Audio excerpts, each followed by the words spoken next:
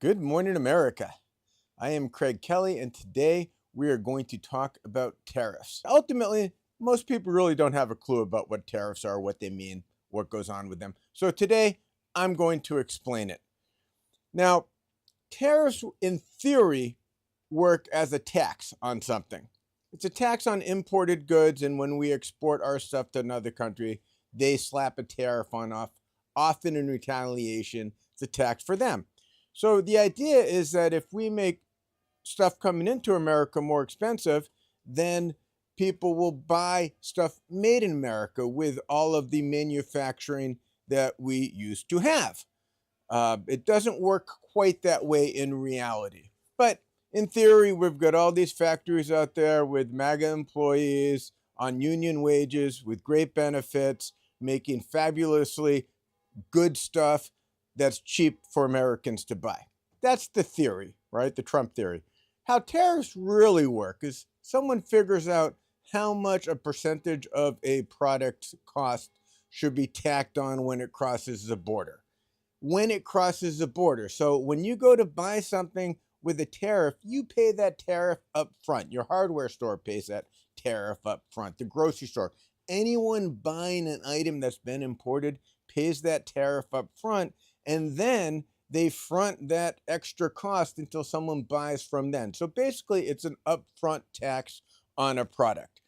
And since President Trump changes his tariff ideas all the time, no one knows how much a product is going to cost until they actually go pick it up at the local customs office.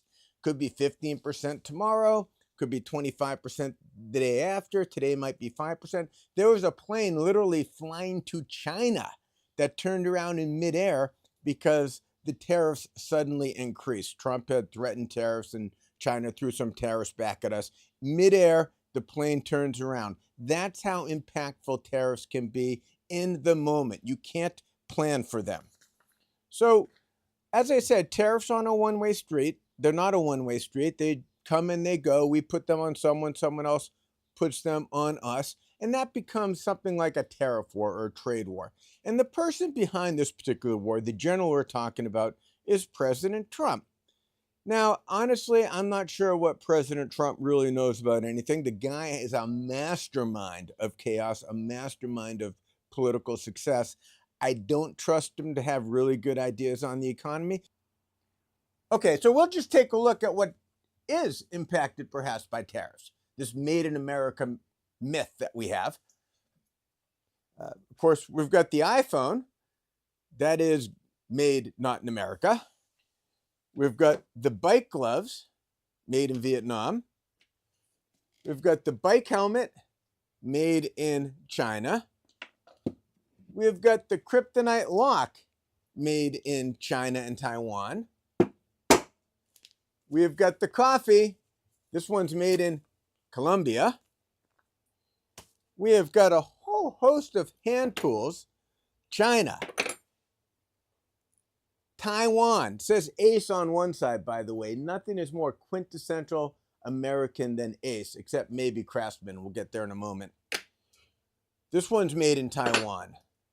This vice grip wrench, this is made in Taiwan. Now, this Craftsman wrench, it's old, probably made in America, but if you bought one today, you wouldn't be quite so sure. And a lot of their stuff just isn't made anymore.